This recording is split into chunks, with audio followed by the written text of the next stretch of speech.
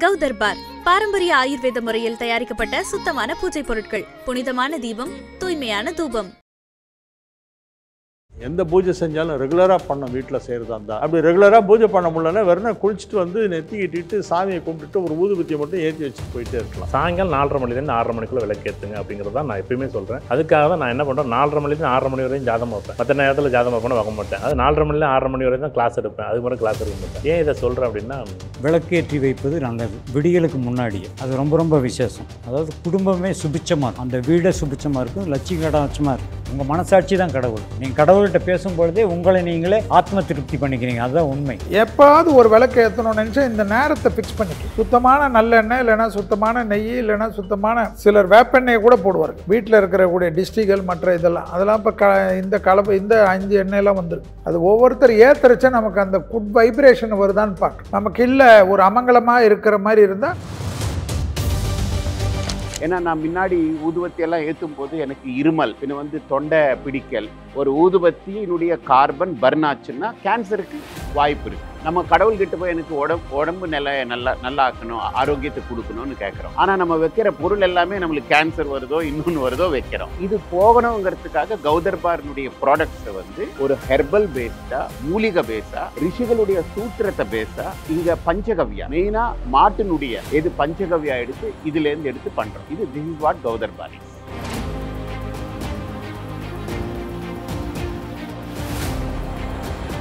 Sir, நம்முடைய title sponsor கௌதர்பார் சார்பா இந்த கேள்வியை கேட்குறோம்.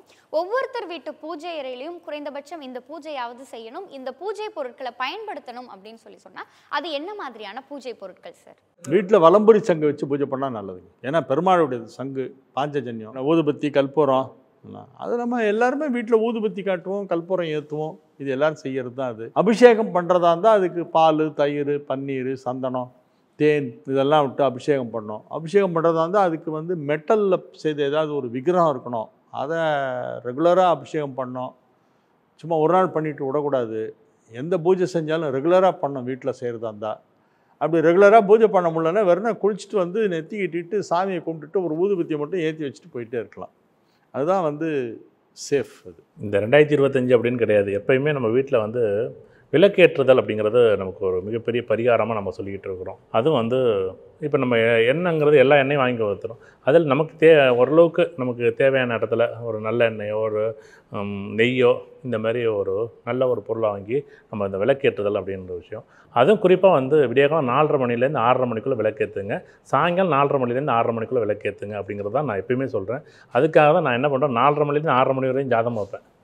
மற்ற நேரத்தில் ஜாதகம் வைப்பேன் வைக்க மாட்டேன். அது 4:30 மணிலேருந்து 6:30 மணி வரையும் தான் கிளாஸ் எடுப்பேன். அது மாதிரி கிளாஸ் எடுக்க மாட்டேன். ஏன் இதை சொல்கிறேன் அப்படின்னா, 4:30 மணிக்கு எழுந்திரிச்சு நம்ம ஒரு விளக்கேற்றுறோம் அப்படின்னா கண்டிப்பாக அது ஒரு அற்புதமான ஒரு நேரம். அந்த நேரத்தை நீங்கள் எதுவுமே பண்ண முடியலை, ஒரு விளக்கேற்றிட்டு சாமி கும்பிடுங்க. நாங்கள் அடிக்கடி சொல்கிறது ஒரே ஒரு தடவை நீங்கள் எப்படி வேணாலும் இருந்துருங்க. கைகால் அழைச்சிட்டு முகத்தை அழைச்சிட்டு சாமிக்கு நம்மளுடைய நம்மளோட வேண்டுதல், நம்மளுடைய பிரார்த்தனைகள் எப்படி வேணாலும் இருக்கலாம். நமக்கு ஒரு வழி கொடு. என்கிட்ட கடவுள் நான் கேட்குறது என்னென்னா, ஏதாச்சும் எனக்கு வழி கொடு. அந்த தீபத்திட்ட கேட்கும்போது, அந்த வெளிச்சத்திட்ட கேட்கும்போது அந்த வெளிச்சம் கண்டிப்பாக நமக்கு ஒரு வாய்ப்பு கொடுக்குமா அப்படின்னா, எப்படி அந்த இருளை அந்த வெளிச்சம் அகற்றுதோ, நம்மளுக்குள்ளே இருக்கக்கூடிய இருளை அகற்றி ஒரு புதிய பாதையை காண்பிக்கும் அப்படிங்கிறதான் விளக்கேற்றுங்க அப்படிங்கிறது. பகல் நேரத்தில் விளக்கேற்றுங்கன்னு சொன்னாங்க, சொல்லவே மாட்டோம். நாங்கள் எப்படி காலையில் விடியால் 4:30லேருந்து 6:30 மணி வரைக்கும் தான் விளக்கு ஏற்றுங்க. அதேமாரி மாலை நேரத்தில் 4:30 மணிலேருந்து 6:30 மணி வரைக்கும் கண்டிப்பாக விளக்கு ஏற்றணும் அப்படிங்கிறது தான் நாங்கள் சொல்கிறோம். முதல் பரிகாரமாக தான் நாங்கள் எல்லாத்தையும் வேண்டி கேட்டுக்கிறது அதுதான். நீங்கள் வேறு எதுவுமே செய்யாதீங்க, ஃபஸ்ட்டு இது மட்டும் செய்யுங்க. கண்டிப்பாக அதுவும் இந்த விளக்கேற்றக்கூடிய எண்ணெய் இருக்குது பாருங்கள், கண்டிப்பாக அது தூய எண்ணெயாக இருந்தால் நல்லாயிருக்கும். அதேமாரி நெய்யாக இருந்தால் ரொம்ப நல்லாயிருக்கும். இப்போ பஞ்சமுக எண்ணெய் எண்ணெய் இருக்குது, அதில் நம்ம இப்போ ஏற்ற முடியுமா, ஏற்ற முடியும். நல்லா ஏற்றுங்க, ஏற்ற சொல்லுங்கள் எல்லாரையும். அந்த மாதிரி விடியலுக்கு முன்னாடி வடகிழக்கில் விளக்கேற்றி வைப்பது நல்லது. விடியலுக்கு முன்னாடியே அது ரொம்ப ரொம்ப விசேஷம். அதாவது குடும்பமே சுபிச்சமாக இருக்கும், அந்த வீடே சுபிச்சமாக இருக்கும், லட்சியம் கடாட்சமாக இருக்கும். இது ஒரு ஆன்மீக தத்துவம். அது அதே மாதிரி பூஜை ரூமில் எப்போவுமே நீங்கள் நீரும் உப்பும் வச்சு தான் சாமி கும்பிடணும். உப்பும் நீரும் அந்த பூஜை ரூமுக்குள்ளே இருக்கணும். அப்படி வழிபட்டாவே ரொம்ப சிறப்பான ஒரு வழிபாடு. உங்களுடைய பூஜையில் காலைல சாமி கும்பிடும்பொழுது என்ன விஷயம் செய்வீங்க சார்? நான் சாமி கும்பிடும்போது என்னோடய மனசாட்சி கூட தான் பேசுவேன். இதுக்கு மேலே எதுவுமே கிடையாது. உங்கள் மனசாட்சி தான் கடவுள். நீங்கள் கடவுள்கிட்ட பேசும்பொழுதே உங்களை நீங்களே ஆத்ம திருப்தி பண்ணிக்கிறீங்க. அதுதான் உண்மை. ஸோ பூஜைக்கு இதுதான் இந்த பொருள் தாங்கிறது அல்ல, உங்களுடைய எண்ணங்கள் நல்ல எண்ணத்தோடு வந்து சாமியை வேண்டிக்கிட்டிங்கன்னா அந்த நம்பிக்கை உங்களுக்கு தானாக வரும், நம்பிக்கை வெற்றி அடையும். பூஜை பொருட்களில் வந்து எல்லாமே எது வந்தாலும் ஒரு புஷ்பத்தை ஃபஸ்ட்டு வச்சிடணும். அதே போல் அங்கே தண்ணி கண்டிப்பாக இருக்கும், புதுசாக இருக்கும். அடுத்தது கண்டிப்பாக எண்ணெய் கொண்டு தான் தீபம் ஏற்றும். இந்த டெய்லி ஒரு வேளையாவது தீபம் ஏற்றும். பிரம்ம முகூர்த்த விளக்கை பற்றியெல்லாம் நிறைய பேசியிருக்கு. அதில் 4:30 6ன்றது ஒரு கான்செப்ட், 3 4:30ன்றது என் கான்செப்ட். அதே போல் இந்த ஈவினிங்கில் பிரதோஷ வேலைன்றது 4:30 6, அது எல்லா நாளும் பிரதோஷ வேலை. இப்போ அதே போல் காலையில் 6லேருந்து 7, மதியம் 1லேருந்து 2, இரவு 8லேருந்து 10, 8லேருந்து 9ன்றது அந்தந்த நாளுகளுக்கு உண்டான ஓரைகள். எப்பாவது ஒரு விளக்கு ஏற்றணும்னு நினச்சா இந்த நேரத்தை ஃபிக்ஸ் பண்ணிக்க. சுத்தமான நல்லெண்ணெய் இல்லைன்னா சுத்தமான நெய் இல்லைன்னா சுத்தமான சிலர் வேப்பெண்ணெயை கூட போடுவார்கள். வீட்டில் இருக்கக்கூடிய டிஸ்டிகள் மற்ற இதெல்லாம் அதெல்லாம் இப்போ இந்த கலப்பு இந்த 5 எண்ணெயெல்லாம் வந்துருக்கு. அது ஒவ்வொருத்தர் ஏற்றுறச்சா நமக்கு அந்த குட் வைப்ரேஷன் வருதான்னு பார்க்கணும். இந்த எண்ணெய் ஏற்றுறச்சா நமக்கு வந்து ஒரு நல்ல வைப்ரேஷன் இருந்ததுன்னா அதை கண்டினியூ பண்ணிக்கலாம். நமக்கு இல்லை ஒரு அமங்கலமாக இருக்கிற மாதிரி இருந்தால் அது வேறு எண்ணெய் ஏதாவது மாற்றிக்கும். சாம்பிராணி போடுறது ரொம்ப விசேஷம். வாரத்துக்கு ஒரு நாளாவது போடுறது இன்னும் விசேஷம். பூஜை ரூமுக்காவது போடு. அதே போல் வந்து எப்பவுமே வந்து பூஜை ரூமை வந்து சுத்தமாக வச்சுக்கிறது ரொம்ப நல்லது. வாரத்துக்கு ஒரு முறையாவது யூஸ் பண்ணுற விளக்கை கழுவுறது என்றைக்குமே விசேஷம். விளக்குக்கு முக்கியத்துவம் கொடுப்பது, தீபத்துக்கு முக்கியத்துவம் கொடுப்பது பூஜை அறையில் பிரதானமான ஒரு விஷயமாக தான் நான் பார்க்குறேன். ஒரு பூஜை அறையில நம்ம பயன்படுத்தக்கூடிய பொருட்கள் எல்லாம் எவ்வளவு பரிசுத்தமானதாக இருக்கணும் அப்படிங்கிற மாதிரியான பல விஷயங்களை பகிர்ந்து கொள்வதற்காக கௌதர்பாரினுடைய ஃபவுண்டர் மற்றும் சேர்மன் சுவாமிஜி பரிபூர்ணநந்தா அவர்கள் நம்ம கூட இணைந்திருக்கிறார்கள். வணக்கம் சார். வணக்கம். எவ்வளவோ மார்க்கெட்ல வந்து எவ்வளவோ பொருட்கள் இருக்கு சார். பூஜைக்கான பிரத்யேகமான பொருட்கள், இது ரொம்ப பரிசுத்தமான பொருள், புனிதமான பொருள் அப்படின்னு சொல்லி நாங்க நிறைய கேள்வி. ஆனா கௌதர்பாருடைய ஒவ்வொரு ப்ராடக்ட்ஸும் பார்க்கும் பொழுது எங்களுக்கு மகிழ்ச்சி கலந்த ஒரு சந்தோஷம் இருக்கு. அது என்ன ஒரு தெய்வீக அனுபவத்தை வந்து எங்களுக்கு கொடுக்குது. கௌதர்பாரினுடைய யூனிக்னஸ் இதுதான். இதனால நீங்க இதை வாங்கணும் அப்படின்னு சொல்லி எனக்கே வந்து ஒரு சந்தேகம் இருக்கு. அதுக்கான காரணம் என்ன? இப்போ நீங்க சொல்றதுல முன்னாடி நம்ம இந்த நிகழ்ச்சியை பார்க்கிறவங்களுக்கு எல்லாருக்குமே ஒரு கௌதர்பாருங்கிறது ஒரு அறிமுகப்படுத்தக்கூடிய ஒரு ப்ராடக்ட். இது கௌதர்பாருன்னா கோமாதாவுனுடைய புனிதமான பஞ்சகவ்ய ஹெர்ப்ஸ்லேருந்து மூலிகைகள். ரெண்டாவது வந்து நம்ம ரிஷிகளுடைய சூத்திரங்கள்.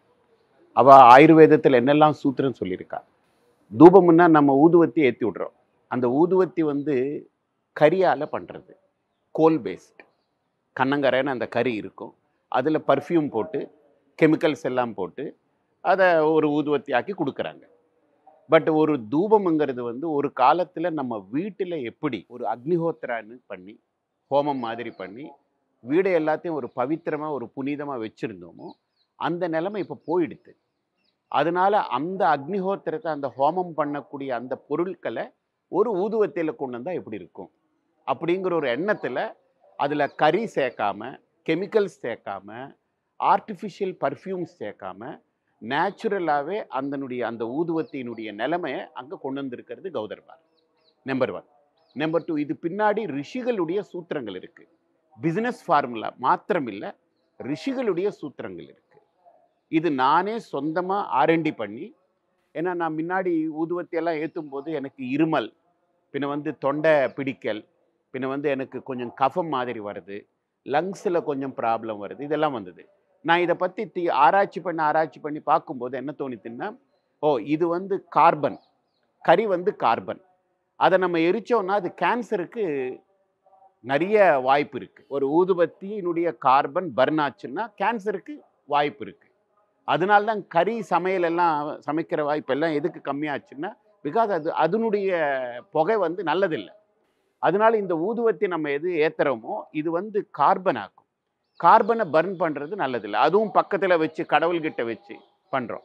ரெண்டாவது ஒரு அன்ஃபார்ச்சுனேட் என்னென்னா, நம்ம கடவுள்கிட்ட போய் எனக்கு உடம்பு நல்லா ஆக்கணும், ஆரோக்கியத்தை கொடுக்கணும்னு கேட்குறோம். ஆனால் நம்ம வைக்கிற பொருள் எல்லாமே நம்மளுக்கு கேன்சர் வருதோ இன்னொன்று வருதோ வைக்கிறோம். ஸோ இது வந்து ரெண்டும் கான்ட்ரடிக்டரி. ஸோ இது போகணுங்கிறதுக்காக கௌதர்பாரினுடைய ப்ராடக்ட்ஸை வந்து ஒரு ஹெர்பல் பேஸ்டாக, மூலிகை பேஸாக, ரிஷிகளுடைய சூத்திரத்தை பேஸாக, அப்புறமா இங்கே பஞ்சகவ்யா மெயினாக மாட்டினுடைய பஞ்சகவ்யா எடுத்து இதுலேருந்து எடுத்து பண்ணுறோம். திஸ் இஸ் வாட் கௌதர்பார் இஸ். எவ்வளவோ ஒர்க் இருக்கு, எவ்வளவோ ப்ரொஃபஷன்ஸ் இருக்கு. ஆனா நீங்க வந்து கௌதர்பார் அப்படிங்கிற ஒரு விஷயத்தை ஆரம்பிச்சு மக்களுக்கு கொண்டு போய் சேர்க்கணும் அப்படிங்கிறதுக்கு பின்னாடி ஒரு காரணம் இருக்கும்ல சார்? உங்களுக்கு இந்த ஐடியா எந்த இடத்துல இனிஷியேட் ஆச்சு? பேசிக்கலி நான் பூஜை பண்ணும்போது நிறைய நாளாகவே நான் ஊதுவத்தி ஏற்றுவேன், இன்னிட்டு அணைச்சி விடுவேன். இதுக்கு நான் சும்மா கடவுளுக்கு வேண்டி சும்மா ஒரு உபச்சாரம் மாதிரி ஏதோ ஏற்றினோமா அணைச்சிட்டோமா போகிறோம் அப்படிங்கிற மாதிரி இருந்தது. ஆனால் என் மனசில் என்ன தோணித்துன்னா, நம்ம ஏற்றுறோம் அணைக்கிறோங்கிறது கிடையாது. அதை ஏற்றி வச்சா, தீபம் எப்படி ஏற்றி வச்சா அது தானாக அணையுமோ அதே போல் ஊதுவத்தி கூட நம்மளுக்கு எந்த இரிட்டேஷன் இல்லாமல் நம்மளுக்கு ஹெல்த் கொடுக்குற மாதிரி, ஆரோக்கியத்தை கொடுக்குற மாதிரி, நம்மளுக்கு ஒரு ஆனந்தத்தை தர மாதிரி அந்த ஊதுவத்திங்கிறது நம்மளுக்கு ஒரு வீட்டில் ஒரு நல்ல வாதாவரணத்தை உற்பத்தி ஆகணுங்கிற ஒரு எண்ணத்தில் கௌதர்பார் வந்து கொண்டு வந்தோம். அது இப்போது நிறைய பேர் எல்லாம் எக்ஸ்பீரியன்ஸ் பண்ணுறாங்க. எல்லா வீடுகளில் பொல்யூஷனுக்கு ஒரு நல்ல சொல்யூஷன் மாதிரியும் நம்ம கடவுளை நம்புவோம். ஆனால் கடவுளுக்கு கொடுக்கக்கூடிய பொருட்களை எப்படி நம்பணும், அதுக்கு நம்பிக்கை என்னென்னா இப்போ கௌதர்பாருங்கிறது அந்த நம்பிக்கை கொடுக்கக்கூடியது. கடவுளை எப்படி நம்புகிறோமோ கடவுளுக்கு கொடுக்கக்கூடிய பொருட்களை அத்தனை தான் நம்பக்கூடிய வாய்ப்பு கௌதர்பாரில் வந்துருக்கு. சார் இப்போ வந்து எனக்குமே வந்து பூஜையில வந்து அந்த சாம்பிராணி புகையிலெல்லாம் வந்து மூச்சோட சிரமமா இருக்க ஒரு விஷயத்த நான் அனுபவிச்சிருக்கேன். இப்போ நீங்க பேசும்பொழுது அந்த விஷயத்த வந்து அதுக்கு பின்னாடி இருக்க காரணம் என்ன அப்படிங்கிறத வந்து எங்களால புரிஞ்சுக்க முடியுது. சார் இப்போ வந்து கடவுளை நம்ம அணுகணும் அப்படின்னு சொன்னா ஒரு புனிதத்துவம் வந்து நம்ம அவருக்கு படைக்கிற பொருட்கள்லையும் இருக்கணும் அப்படிங்கிறத நீங்க ரொம்ப அழகாவும் தெளிவாகவும் சொல்லியிருக்கீங்க. இப்போ இதை பார்த்துட்டு இருக்க மக்களுக்கு கௌதர்பார் பத்தின ஒரு விஷயம், அவங்களுக்கு இந்த பொருட்களை பயன்படுத்தி பூஜை செய்யறதுனால என்ன மாதிரியான நன்மைகள் கிடைக்கும் அப்படிங்கிறத சொல்ல முடியும்? கண்டிப்பா. ஃபர்ஸ்ட் திங், கௌதர்பார்னுடைய மெயின் உத்தேசம் என்னன்னா, இந்த கௌதர்பார் ப்ராடக்ட் பொருட்களை யாரு பயன்படுத்துறாங்களோ வீட்டில் அவளுக்கு ஆரோக்கியத்தை கொடுக்கக்கூடிய பொருட்கள் நம்பர் 1. நம்பர் 2, மைண்டை ரிலாக்ஸ் பண்ணக்கூடிய அற்புதமான இங்கே பர்ஃப்யூம்ஸ் நாங்கள் சொந்தமாகவே இதை R&D பண்ணியிருக்கோம். 3வது வந்து பஞ்சகவ்யா யூஸ் பண்ணுறதுனால வீட்டில் இந்த பீடை எது இருக்கோ அந்த பீடையை நிவாரணம் பண்ணக்கூடிய பொருள் அது பஞ்சகவ்யா. ஒரு கோமாதாங்கிறது வந்து, கோமாதாவை நம்ம எதுக்கு பூஜை பண்ணுறோன்னா கிரகசாந்திக்கு வேண்டி பண்ணுறோம். நம்ம மேலே எந்த பீடை இருக்கக்கூடாதுங்கிறதுக்கு. ஒரு வீடு கட்டித்துன்னா நம்ம என்ன பண்ணுறோம், முன்னாடி கிரகப்பிரவேசத்துக்கு மாட்டை கொண்டு போகிறோம். எதுக்குன்னா அது அந்த பீடையெல்லாம் எடுக்குங்கிறதுனால. அதனால பஞ்சகவ்யா வந்து நம்ம வீட்டில் இருக்கக்கூடிய அடங்கி இருக்கக்கூடிய பீடை எல்லாத்தையும் அது நிவாரணம் பண்ணும். 4வது வந்து முக்கியமானது, கௌதர்பார் வந்து பொருள் எந்த கலப்படம் இல்லாமல் நேர்மையானது, சத்தியமானது நம்ம வீட்டில் கடவுள்கிட்ட நம்ம வைக்க போகிறோம். இது இப்போதைக்கே லட்சக்கணக்கான மக்கள் நிறைய இடங்களில் இதை பயன்படுத்தி அவள் சொந்தமாக யூஸ் பண்ணியிருக்காங்க. 2வது வந்து இந்த கௌதர்பார்னால நாங்கள் நிறைய கோஷாலைகளுக்கு ஒரு ஸ்வயம் உபாதி அவளுக்கு வருது. ஏன்னா நாங்கள் அவகிட்ட பஞ்சகவ்யா வாங்குகிறோம். அதே போல் நிறைய ப்ராடக்ட்ஸ் எல்லாம் ஃபார்மர்ஸ் கிட்டேருந்து வாங்குகிறோம், விவசாய இதுகிட்ட. அது மாதிரி நிறைய பேருக்கு இந்த கௌதர்பார் வந்து ஒரு ஆதாரமாகவும் நிற்கிறது.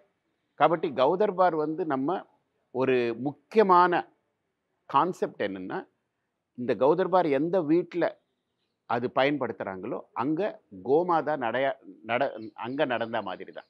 அத்தனை புனிதமானது. சார், கௌதர்பார் பொருட்களை ஏன் பயன்படுத்தணும், அதில் இருக்க சிறப்பம்சங்கள் என்ன, இறைவனை அடைவதற்கு நம்ம பயன்படுத்தக்கூடிய பொருட்களும் புனிதமாக இருக்கணும், அதற்கு பின்னாடி தான் கௌதர்பார் அப்படிங்கிற ஒரு விஷயமே உருவாச்சு அப்படின்ற மாதிரியான பல விஷயங்களை எங்களோடு பகிர்ந்திருக்கீங்க. எங்களுடைய நேயர்களுக்கும் இது நிச்சயமாக பயனுள்ள தகவலாக இருக்கும். அதோடு சேர்த்து அவங்களுடைய வீட்டு பூஜை அறையையும் எப்படி நம்ம புனிதத்துவமாக வச்சுக்கணும் அப்படிங்கிற மாதிரியான பல விஷயங்களை கொண்டு போய் சேர்க்கும்ன்ற நம்பிக்கை எங்களுக்கு இருக்கு சார். ரொம்ப நன்றி சார். கௌதர்பார் பாரம்பரிய ஆயுர்வேத முறையில் தயாரிக்கப்பட்ட சுத்தமான பூஜை பொருட்கள், புனிதமான தீபம், தூய்மையான தூபம்.